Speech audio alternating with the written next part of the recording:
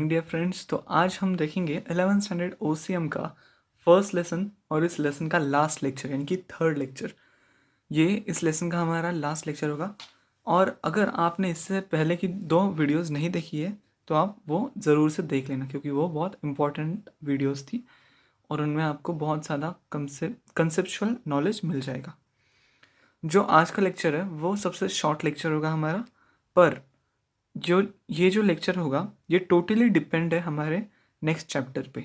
मतलब जो आज हम पढ़ेंगे वो सब हमें नेक्स्ट चैप्टर में ब्रीफ में पढ़ना है।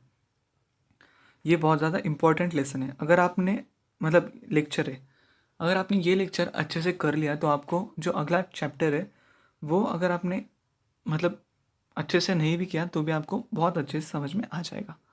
ये इतना ज़्यादा इंपॉर्टेंट है। जो आपको अब टर्म्स पढ़नी है जैसे कि एंटरपोर्ट, इंपोर्ट, एक्सपोर्ट, होलसेल, रिटेल, ये सभी आपको नेक्स्ट चैप्टर में यही टर्म्स है। अगर आपने यहाँ पे मन लगा के पढ़ाई की इस लेक्चर में तो आपको आगे कोई तकलीफ नहीं होगी, इसकी मैं गारंटी दे सकता हूँ। सबसे पहले अब हम देखेंगे कॉमर्स क्या होता है। सबसे पहले हमें देखना है कॉमर्स यानी कि क्या। उसके बाद हमें देखना है ट्रेड। कॉमर्स की जो टाइप है वो है ट्रेड, और दूसरी जो टाइप है वो है ऑक्सिलरीज टू ट्रेड। इसमें जो इम्पोर्टेंट पॉइंट है वो है ट्रेड का। ऑक्सिलरीज का भी इम्पोर्टेंट है पॉइंट, पर जो फर्स्ट पॉइंट है ट्रेड, ये ज़्यादा इंपॉर्टेंट है। ठीक है, अब हम स्टार्ट करेंगे कॉमर्स। सबसे पहले कॉमर्स होता क्या है ये आपको पता होना बहुत ज़रूरी है। तो कॉमर्स क्या है? Commerce is activity which is distributing goods produce by the industry to the consumer. यानी कि कॉमर्स एक ऐसी चीज़ है जो फिनिश्ड गुड्स है, यानी कि जो गुड्स तैयार हो चुके हैं बेचने के लिए, वो गुड्स इंडस्ट्री से उठाकर वो गुड्स सीधा कहाँ सप्लाई करता है कॉमर्स? तो जो कंज्यूमर है उसके पास सप्लाई करता है। तो उसे हम क्या कहेंगे? कॉमर्स कहेंगे। यानी कि supplying finished goods from industry to the consumer is known as commerce. ठीक है, अब हमें पता चल गया कॉमर्स क्या है। ठीक है ना, अब हम देखेंगे कॉमर्स की टाइप्स क्या होती है। कॉमर्स की 2 टाइप्स होती है। उनमें से सबसे पहली जो टाइप है वो है ट्रेड, और उसकी दूसरी टाइप है वो है ऑक्सिलरीज टू ट्रेड। ऑक्सिलरीज का मतलब होता है जो ट्रेड को मदद करने वाली सहायक क्रियाएं होती है, उन्हें हम क्या कहेंगे? सहायक कार्य होते हैं। सॉरी, क्रिया बोल रहे हैं मैंने, सहायक कार्य होते हैं, सहायक चीज़ें होती है, उन्हें हम क्या कहेंगे? ऑक्सिलरीज टू ट्रेड कहेंगे। अब देखते हैं ट्रेड क्या है। ट्रेड होता है buying and selling of goods and services. जब हम कोई चीज़ बाय करते हैं या फिर सेल करते हैं तो उसे हम क्या कहेंगे? उसे हम कहेंगे ट्रेड। यानी कि अगर मैंने कुछ खरीदा तो वो एक ट्रेड हो गई, या फिर मैंने कुछ बेचा तो वो भी एक ट्रेड है। ठीक है, ये एक इकोनॉमिक ऑब्जेक्टिव है ट्रेड।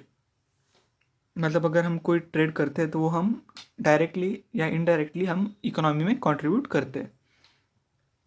तो ट्रेड भी जो है वो 2 टाइप्स में क्लासीफाई हो सकती है या फिर कैटेगराइज्ड हो सकती है।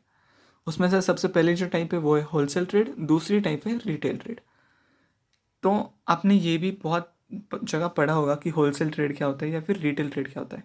और अगला जो आपका लेसन है वो तो पूरा ट्रेड पे ही बेस्ड है, यानी कि ट्रेड क्या होता है इसी पे आपका अगला पूरा लेसन है। ठीक है, तो आप ये अच्छे से पढ़ लेना। होलसेल ट्रेड का मतलब होता है हमें बल्क में चीज़ें प्रोड्यूसर से खरीदनी पड़ती है और फिर उसे कुछ ज़्यादा अमाउंट में या फिर कम अमाउंट में हमें रिटेलर्स को बेचना पड़ता है। यानी कि बल्क में खरीदना और बल्क में बेचना, उसे हम क्या कहते हैं? Wholesale trade. यानी कि अगर मैं एक होलसेलर हूँ बॉटल्स का, तो मैं बल्क में बॉटल्स खरीदूंगा और बल्क में उनसे बेचूंगा। किसे? रिटेलर को। और किससे खरीदूंगा? तो प्रोड्यूसर से। तो हम कह सकते हैं कि जो होलसेलर है वो लिंक है किसके बीच का? प्रोड्यूसर और रिटेलर के बीच का। Wholesaler is link between producer and retailer. ठीक है, होलसेलर बल्क में चीज़ें खरीदता है और वो स्टोर वेयर हाउस में स्टोर करके रखता है। ठीक है, उसके बाद अब सेकेंड पॉइंट जो है वो है रिटेल ट्रेड। अब रिटेल ट्रेड क्या होती है वो देखते हैं। रिटेल ट्रेड यानी कि होलसेलर से बल्क में चीज़ें खरीदना पर छोटी छोटी अमाउंट में कंज्यूमर्स को यानी कि कस्टमर्स को बेचना। उसे हम क्या कहते हैं, रिटेल ट्रेड कहते हैं। यानी कि अगर मैं किसी शॉप पे गया और मुझे बस एक पेंसिल चाहिए, तो क्या वो शॉप वाला मुझे देगा? बिल्कुल, वो शॉप वाला मुझे बिल्कुल एक पेंसिल देगा। पर अगर मैं वही एक पेंसिल खरीदने किसी होलसेलर के पास जाऊंगा और उससे कहूँगा मुझे एक पेंसिल चाहिए, एक पेंसिल दे दो, क्या वो मुझे एक पेंसिल देगा? नहीं देगा, क्योंकि वो कहेगा बल्क में खरीदो, यानी कि एक बॉक्स खरीदो एटलीस्ट। पर ऐसा रिटेलर करेगा क्या? नहीं, वो एक पेंसिल भी मुझे देगा। इसी के हिसाब से हम कह सकते हैं कि रिटेलर जो है वो लिंक है किन के बीच का? तो retailer is link between wholesaler and consumer, क्योंकि वो होलसेलर से गुड्स खरीदता है और किसे बेचता है? तो वो बेचता है कंज्यूमर्स को, होलसेलर से खरीद के कंज्यूमर्स को बेचता है, यानी कि हमको डायरेक्ट कस्टमर को बेचता है। कौन? तो रिटेलर। ये थे उन दोनों के डिफरेंस। ये भी आपको डिफरेंस भी पूछे जा सकते हैं एग्जाम में, तो फिर आपको ये भी अच्छे से करके रखने।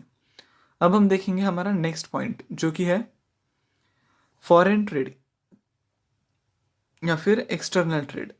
जो होलसेल या फिर रिटेल था, वो हमारा कहाँ पे आता था, किस ट्रेड में आता था? तो वो आता था होम ट्रेड या फिर इंटरनल ट्रेड में। होम ट्रेड और इंटरनल ट्रेड क्या थे? तो वो एक स्पेसिफिक जोग्राफिकल एरिया के अंडर जो ट्रेड होती थी एक स्पेसिफिक करेंसी में, उसे हम क्या कहते थे? होम ट्रेड और फिर इंटरनल ट्रेड, यानी कि जो एक कंट्री के अंदर होती है वो। पर अब फॉरेन ट्रेड और एक्सटर्नल ट्रेड क्या होती है? फॉरेन ट्रेड और एक्सटर्नल ट्रेड यानी कि ऐसी ट्रेड जो कि देश से बाहर किसी और देश में हो रही है, इसी ट्रेड को हम क्या कहेंगे? फॉरेन ट्रेड या फिर एक्सटर्नल ट्रेड, यानी कि दूसरी करेंसी में। अब फॉरेन ट्रेड जो है वो 3 टाइप्स की होती है। उनमें से सबसे पहली जो टाइप है वो है इंपोर्ट, दूसरी एक्सपोर्ट और तीसरी एंटरपोर्ट। ये तीनों ही टाइप्स बहुत ज़्यादा आसान है। पर उससे पहले आपको फॉरेन ट्रेड क्या है वो समझ में आ गया। ऐसी ट्रेड जो हमारी कंट्री से बाहर होती है, जिसकी पेमेंट हमें दूसरी करेंसी में मिलती है, उन ट्रेड को हम क्या कहेंगे? उन ट्रेड को हम कहेंगे फॉरेन ट्रेड या फिर एक्सटर्नल ट्रेड। और इनकी 3 टाइप्स है, इंपोर्ट, एक्सपोर्ट एंड एंटरपोर्ट। अब इंपोर्ट क्या है? इंपोर्ट यानी कि कोई चीज़ हम किसी देश से खरीदते हैं, यानी कि अब हमारे इंडिया में एक ऐसी चीज़, यानी कि सेमीकंडक्टर चिप्स, जो हर किसी फ़ोन में, इलेक्ट्रॉनिक चीज़ों में, कार्स में, हर जगह वो यूज़ होती है। या फिर लिथियम, ये चीज़ें हमारे इंडिया में नहीं मिलती या फिर कम मिलती है, तो वो हम इंपोर्ट करते हैं। कहाँ से? दूसरे देशों से।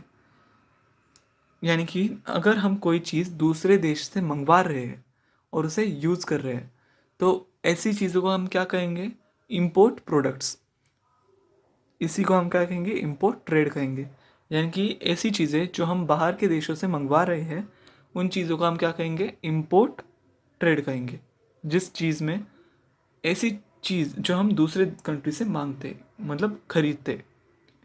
ठीक है, अब आपको इंपोर्ट ट्रेड का मतलब क्लियर हो गया है। होप करता हूँ कि आपको इंपोर्ट ट्रेड समझ में आ गई होगी।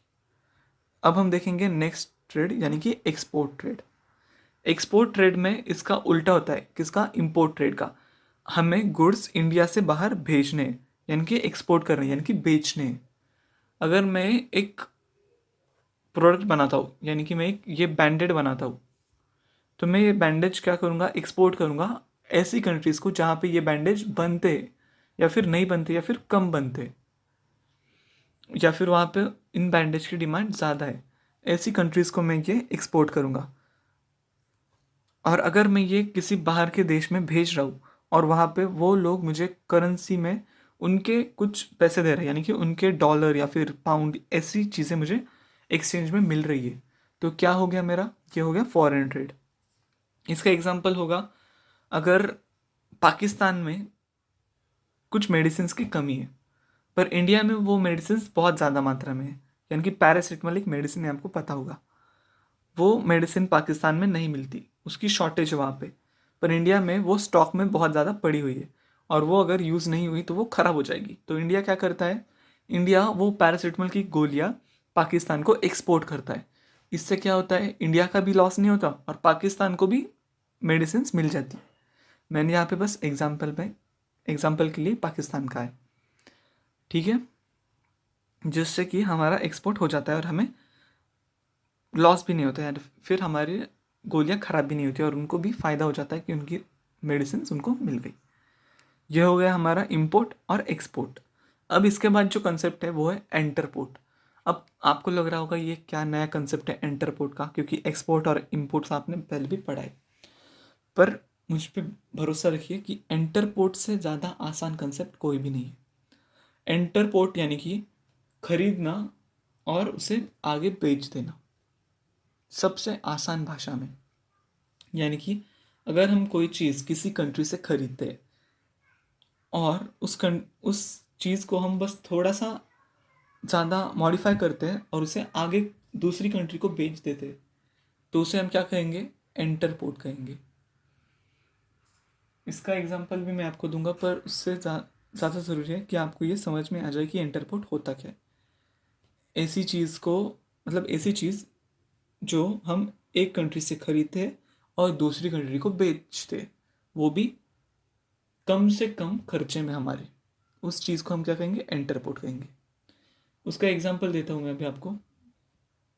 अगर हम एक चीज़ खरीदते हैं जापान से, अगर हम जापान से एक पेंसिल खरीदते हैं और वो पेंसिल, उस पेंसिल को बस हम क्या करते हैं, उस पेंसिल को बॉक्स में डाल के किसी और कंट्री को बेच देते हैं, तो वो क्या हो गया? एंटरपोर्ट। यानी कि एक जापान की पेंसिल थी, वो हमें बल्क में मिल गई, वो उसको बॉक्स बिक्स कुछ भी नहीं था, बस जो पेंसिल थी वो एक एक पेंसिल थी, मतलब एक एक सिंगल सिंगल पेंसिल थी, उनको पैकेजिंग नहीं थी। तो इंडिया ने क्या किया? वो पेंसिल्स जापान से खरीदी, उनको अच्छे से बॉक्स में पैक किया और वो पेंसिल्स बेच दी किसी और कंट्री को, यानी कि जर्मनी को बेच दी। तो वो क्या हो गया? एंटरपोर्ट हो गया। यानी कि इंडिया का इसमें कुछ मेजर रोल था क्या? बिल्कुल नहीं। इंडिया ने पेंसिल्स मैन्युफैक्चर की? नहीं। तो इंडिया ने बस उसे बॉक्स पहनाया और आगे बेच दिया। इस चीज़ को हम क्या कहेंगे? एंटरपोर्ट कहेंगे। ठीक है। तो इंडिया ऐसा एंटरपोर्ट क्रूड ऑयल के इसमें करता है, यानी कि वो रशिया, सऊदी अरेबिया, इन देशों से क्रूड ऑयल खरीदता है, रॉ क्रूड ऑयल, और उसे प्यूरिफाई करता है, उससे पेट्रोलियम डीजल बनाता है और दूसरी कंट्रीज को बेचता है। इसीलिए अब हम देखेंगे, मतलब हम देख चुके हैं हमारा एंटरपोर्ट ट्रेड भी। अगर आपको इन ट्रेड में कुछ दिक्कत नहीं हो तो हम आगे बढ़ेंगे भी, पर अगर आपको इस पॉइंट में कुछ दिक्कत है ट्रेड में, तो आप मुझे कमेंट कर देना, क्योंकि ये बहुत ज़्यादा इंपॉर्टेंट पॉइंट है आपके नेक्स्ट लेसन के हिसाब से, क्योंकि नेक्स्ट लेसन पूरी तरह से इसी पॉइंट पे डिपेंड है, ट्रेड पे। तो आपको अगर कोई दिक्कत होगी, कोई प्रॉब्लम होगी, तो आप मुझे वो कमेंट में बता देना। ठीक है। अब हम देखते हैं हमारा नेक्स्ट पॉइंट या फिर नेक्स्ट टॉपिक, जो कि है ऑक्सिलरीज टू ट्रेड। ये भी एक बहुत ज़्यादा इंपॉर्टेंट टॉपिक है। मैं इसमें से अब आपको हर एक पॉइंट पढ़ के डिटेल में एक्सप्लेन करूँगा, ठीक है, और आपको समझाऊंगा। सबसे पहले तो आपको ऑक्सिलरीज का मतलब पता है, यानी कि सहायक चीज़ें ट्रेड की, यानी कि ट्रेड को सहायता करने वाली चीज़ें, ऐसी चीज़ों को हम क्या कहेंगे? ऑक्सिलरीज कहेंगे। अब सबसे पहली जो ऑक्सिलरी है ट्रेड की, वो है ट्रांसपोर्ट। अब ट्रांसपोर्ट क्या है वो देखते हैं। The goods are produced at one place but they are demanded over wide area, so the goods are to be sent to different places where they are demanded. Modes of transport facilitate movement of means of materials for from one place to another place. अब transport कैसे auxiliary है वो देखते हैं। अगर आप एक good बनाते हैं पुणे में, आप एक पेंसिल की कंपनी खोल चुके हैं पुणे में, पर पेंसिल की बहुत सारी कंपनियां पुणे में ऑलरेडी है और वहाँ पे आपकी गुड की ज़रूरत नहीं है, पर नासिक में एक भी पेंसिल की कंपनी नहीं है, जिसके कारण वहाँ पे पेंसिल्स नहीं मिल रही है। तो आप क्या करेंगे? आप अपनी पेंसिल्स जो है वो नासिक भेज देंगे, और नासिक भेजने के बाद वहाँ पे आपकी पेंसिल्स बेची जाएगी।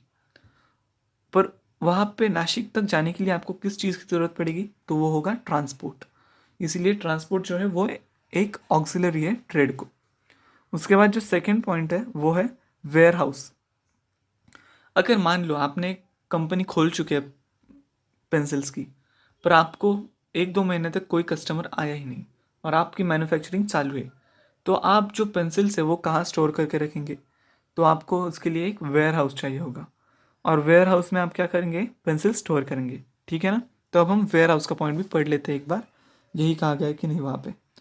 There is a gap between production and consumption, Certain goods are produced throughout the year but consumed only in particular part of the year, and vice versa. In the era of the mass production, storage is indivisibly ने देखा था कि trade जो है वो indispensable होती है, यानी कि यहाँ पे चालू था हमारा, कहाँ पे, यहाँ पे इंडिस्टिबल trade. The goods should be stored carefully from the time they are produce till the time they are sold. यानी कि हमें गुड्स को अच्छे से स्टोर करके रखना चाहिए. कब से कब तक? जब से वो प्रोड्यूस होते हैं तब से जब तक हम उन्हें बेच नहीं देते तब तक. इसके लिए हम क्या चाहते हैं, क्या चाहिए होता है, हमें चाहिए होते हैं वेयर हाउसेस. ठीक है, अब हमारा सेकेंड ऑक्सिलरी भी हो चुका है जो कि है वेयर हाउसेस. अब हम देखेंगे हमारा थर्ड ऑक्सिलरी जो कि है इंश्योरेंस. अब आप में से बहुत सारे लोग कहेंगे इंश्योरेंस कैसे ऑक्सिलरीज हो सकता है ट्रेड को. अगर आप कोई गुड भेज रहे हैं पूना से मुंबई तक तो आपको इंश्योरेंस लेना पड़ेगा. अगर आपने इंश्योरेंस नहीं लिया और आप जिस कार में या फिर जिस ट्रक में गुड्स भेज रहे थे उसका एक्सीडेंट हो गया और आपके जो गुड्स थे वो टोटली डिस्ट्रॉय हो गए, तो आपको लॉस ना हो इसीलिए आपको इंश्योरेंस लेना पड़ेगा या फिर लेना चाहिए.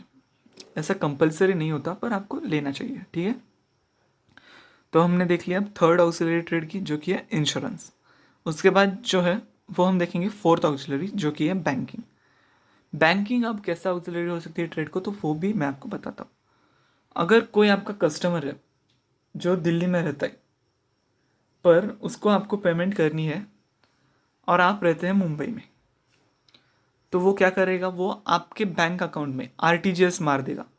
अगर आपने उसको 10 लाख का माल बेच दिया तो वो क्या करेगा, आपको एक 10 लाख का आरटीजीएस बना के दे देगा, जिससे आप वो आपके बैंक में डायरेक्टली 10 लाख रुपए आ जाएंगे. या फिर वो चेक देगा, वो भी कहाँ पे आ जाएगा, आपकी बैंक में डिपॉजिट होगा. इसलिए बैंक भी जो है वो एक ऑक्सिलरी है. किसके लिए, तो ट्रेड के लिए. ठीक है, आपको ये समझ में आ गया. अब हम देखते हैं नेक्स्ट पॉइंट जो कि है एडवर्टाइजिंग. अब एडवर्टाइजिंग जो है वो भी एक ऑक्सिलरी है किसकी, ट्रेड की. अगर हम कुछ एडवर्टाइज नहीं करेंगे तो हमारी चीज़ें बिकेंगी क्या, नहीं बिकेंगी, जिसके कारण हम प्रॉफिट नहीं बना पाएंगे. और प्रॉफिट सबसे ज़्यादा ज़रूरी है ट्रेड में, ये हमको पता है. इसीलिए एडवर्टाइजमेंट भी एक ऑक्सिलरी है किसकी, ट्रेड की. उसके बाद जो सेकेंड लास्ट पॉइंट है या फिर 6 नंबर का पॉइंट है वो है मर्सेंटाइल एजेंट. अब मर्सेंटाइल एजेंट क्या होता है वो देख लेते हैं. Customers are scattered over a very wide area. मतलब जो कस्टमर्स है वो बहुत बड़े एरिया पे स्कैटर होते हैं, यानी कि बड़े एरिया में स्प्रेड होते हैं. It is not possible for seller to contact the customer. मतलब जो सेलर है वो हर कस्टमर के साथ कांटेक्ट नहीं कर सकता ज़्यादा वाइड एरिया में कस्टमर्स होने की वजह से. ठीक है, उसके बाद this difficulty is solve by the mercantile agent. तो ये जो प्रॉब्लम है वो कौन सॉल्व करता है, वो प्रॉब्लम सॉल्व करता है हमारा mercantile agent. They bridge the gap between buyer and seller. जो गैप होता है बायर और सेलर का, उस गैप को फुलफिल करते कौन है, तो mercantile agent.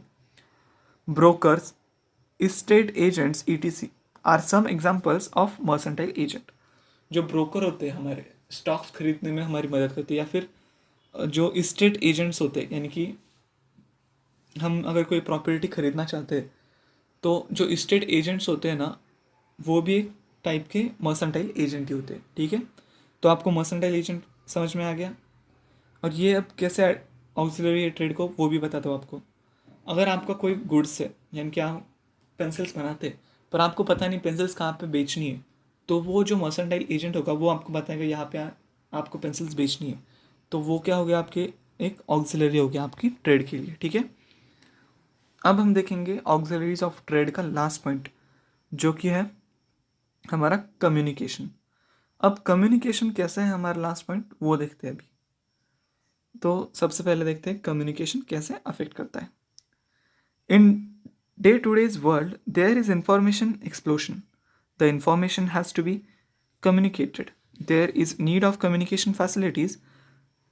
The trader, producer and consumer to exchange information with one another.